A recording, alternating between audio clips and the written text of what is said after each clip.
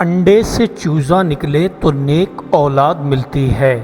تکیے نیچے پھٹکڑی رکھو دولت آنے لگے گی۔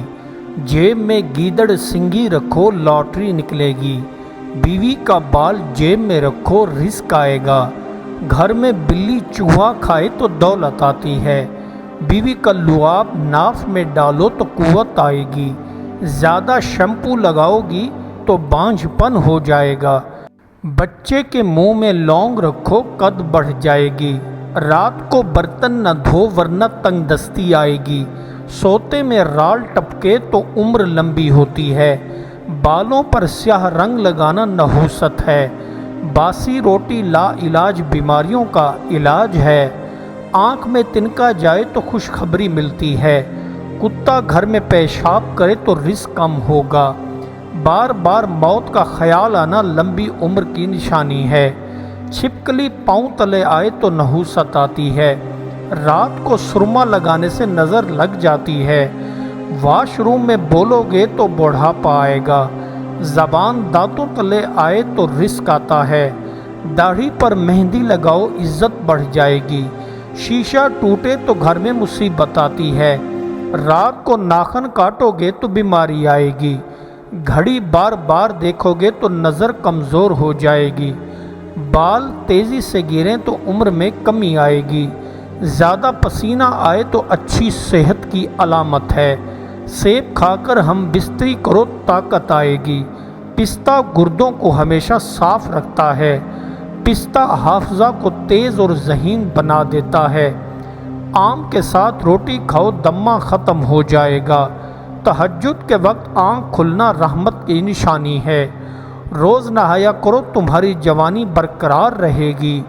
خوشبو زیادہ لگاؤ گے تو تھکاوٹ ہو جائے گی۔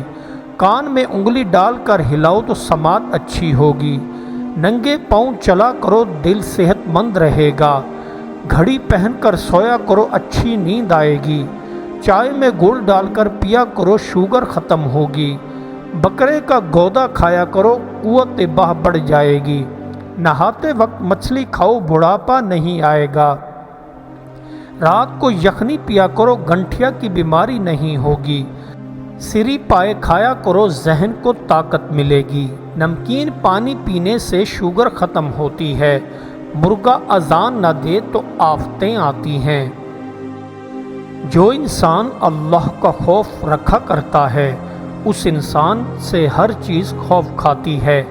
ہر چیز اس کو دیکھتے کانپنے لگ جاتی ہے۔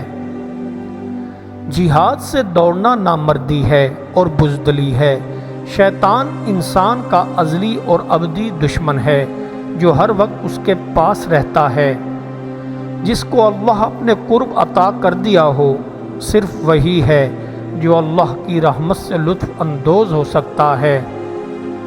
کامیاب وہ ہے جو زیادہ وقت ضائع نہیں کرتا، کسی نہ کسی کام میں مشغول رہتا ہے۔ ایسے بندے کو کوئی بھی مات نہیں دے سکتا۔ بار بار غور و فکر کرنے سے شک دور ہو جاتا ہے اور دین کے معاملے میں شک کرنے سے شرک جنم لیتا ہے۔ کچھ لوگ دنیا میں ایسے ہیں جو اچھا بننے کے لیے اتنی کوشش نہیں کرتے جتنی کوشش وہ اچھا نظر آنے کے لیے کرتے ہیں۔ جو اپنے عاجز و خوار سمجھ کر سلوک کرتا ہے خدا اسے رفیق القدر بناتا ہے، اور جو اپنے کو معزز جانتا ہے خدا اسے ذلیل کرتا ہے۔ پست ہمت نامرادی کی حد پہنچ پر اپنے اعضاء اور دماغ کو معطل کر بیٹھتے ہیں، مگر عالی ہمت بہادر خدا کی بخشی ہوئی طاقتوں سے کام لیتے ہیں۔ علم کے سمندر میں تیرنے والے بچوں کے لیے کشتی مت بناؤ کہ وہ تمہارے دکھیلنے ہی سے چلیں، بلکہ انہیں اپنی ہی ذاتی طاقت سے تیرنا سکھاؤ۔ اگر بغیر توبہ کیے عبادت کی جائے تو ایسی عبادت درست نہیں۔ پہلے اللہ سے توبہ کرو پھر عبادت کے لیے قدم اٹھاؤ۔ دنیا میں وہ بندہ خوش نصیب ہے جس کی بیوی خوش اخلاق ہو اور عصمت مآب ہو اور جس کے ساتھ وہ اچھی زندگی بسر کر سکے۔ علم ضبط میں نہیں رہتا جب تک درس جاری نہ رہے۔ علم بہترین نسب اور بڑا اچھا لقب ہے۔ ہر بات میں ہاں ملا دینا منافقوں کی پہچان ہے، اور بات میں اختلاف کرنا عداوت ہے۔ اظہار نفرت کا سب سے اچھا طریقہ خاموشی ہے۔ برائی کا اختیار کرنا انتہائی آسان ہے، جبکہ اس کو چھوڑنے کے لیے بڑے ہی مضبوط حوصلے کی ضرورت ہوتی ہے۔ مال کے طلبگار اکثر ظاہری متقی ہوتے ہیں، اس لیے کہ معصیت میں دولت صرف ہوتی ہے اور یہ ان سے ہو نہیں سکتا۔ ملک الموت جان کنی کے واسطے صرف ایک مرتبہ ہی نہیں آتا، بلکہ بحالت زندگی بصورت قرض خواہ بھی نمودار ہوتا رہتا ہے۔ بدوں کے ساتھ جس قدر نیکی کی جائے اسی قدر ان کا فتنہ شر زیادہ ہوگا، اور ان پر جتنا احسان کیا جائے اتنا ہی وہ برائی کرنے پر آمادہ ہوں گے۔ دنیاوی آرزو مجبوری بن کے گمراہی کے بازار میں نکل جاتی ہے، یا پھر دنیاوی آرزو مجبوری بن کے اللہ کے دربار میں پہنچ جاتی ہے۔ آدمی میں یہ بڑے عیب کی بات ہے کہ اس کو اپنے عیب ذرا بھر بھی نظر نہ آئیں گے اور دوسرے کے عیب نظر آئیں گے۔ اپنی کسی ایک مہربانی کی وساطت سے کسی ایک انسان کا دل راضی کرنا 1,00,000 سجدے کرنے سے بہتر ہے۔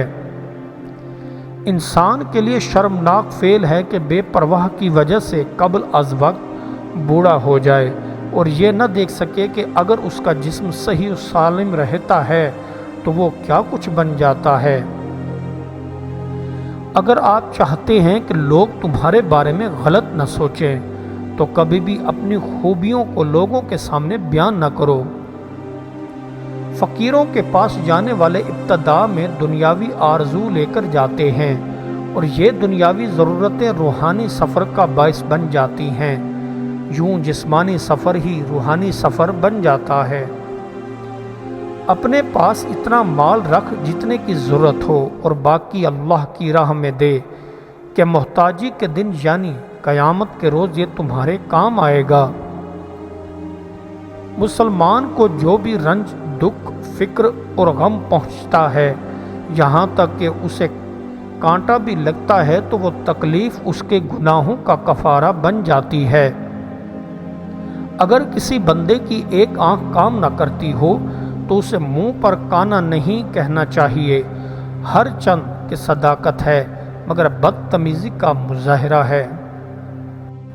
جب تک کسی شخص کے ساتھ بات چیت نہ ہو اسے حقیر نہ سمجھ، اور جب تک کسی شخص کا حال پوری طرح معلوم نہ ہو اس کی نسبت بزرگی کا اعتقاد نہ رکھ۔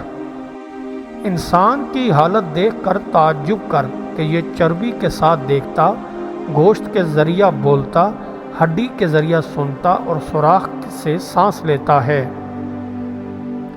اس بات سے پرہیز کر کہ نافرمانی میں تو دیر نہ کرے اور توبہ کرنے میں آج کل کرتا رہے، اگر ایسا ہوا تو تجھے بہت بڑے عذاب ہوں گے۔ استغفار سے بڑھ کر کوئی سفارش کامیاب نہیں، اور گناہوں پر اصرار کرنے سے بڑھ کر کوئی گناہ زیادہ بڑا سنگین نہیں۔ لوگوں کے ساتھ اس طریق سے محبت پیدا کر کہ ان کے ہاتھ میں جو کچھ مال و دولت ہے اس کا ہرگز خیال نہ کر، اس طرح وہ سب تجھ سے پیار کریں گے۔ تم لوگ اللہ کی نعمتوں کے باعث ایک دوسرے کے دشمن نہ بنو، اور اس کے فضل و کرم کو دیکھ کر آپس میں ایک دوسرے سے حسد نہ کرو۔